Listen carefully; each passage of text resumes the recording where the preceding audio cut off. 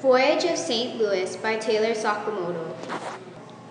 On May 13, 1939, the St. Louis sailed from Hamburg, Germany for Hanover, Cuba. There were 938 Jewish refugees. Most of them were German citizens, some were from Eastern Europe, and a few that were stateless.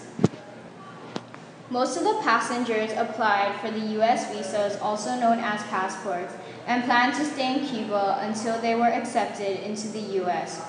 What the passengers didn't know was that there are political conditions in Cuba that could keep them from landing there. But organizations such as the U.S. Department in Washington, U.S. Consulate in Hanover, Cuba, and refugee organizations also was aware of the situation. The owner of the St. Louis Hamburg knew before the ship sailed to Cuba that its passengers might have trouble in Cuba.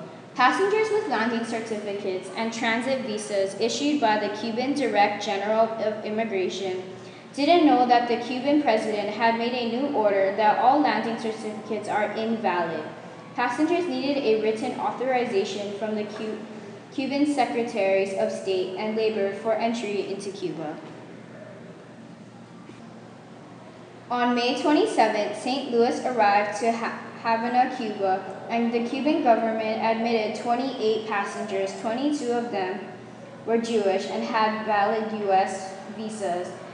The 908 passengers left were waiting to entry visas and carried only Cuban visas issued by the president. On May 28, Cuba denied the arrival of the passengers. The press throughout Europe and America had brought a story to millions of people. A few journalists suggested that some of the refuge to go to the United States. A guy named Lawrence Berenson sailed to Cuba to negotiate with the Cuban government. Later on, Berenson met up with the Cuban president to convince him to admit all the passengers on St. Louis. But the president refused.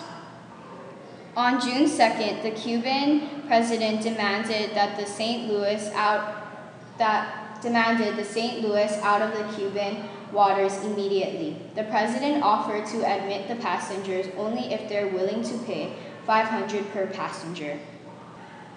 Jewish organizations negotiated with 4 European governments.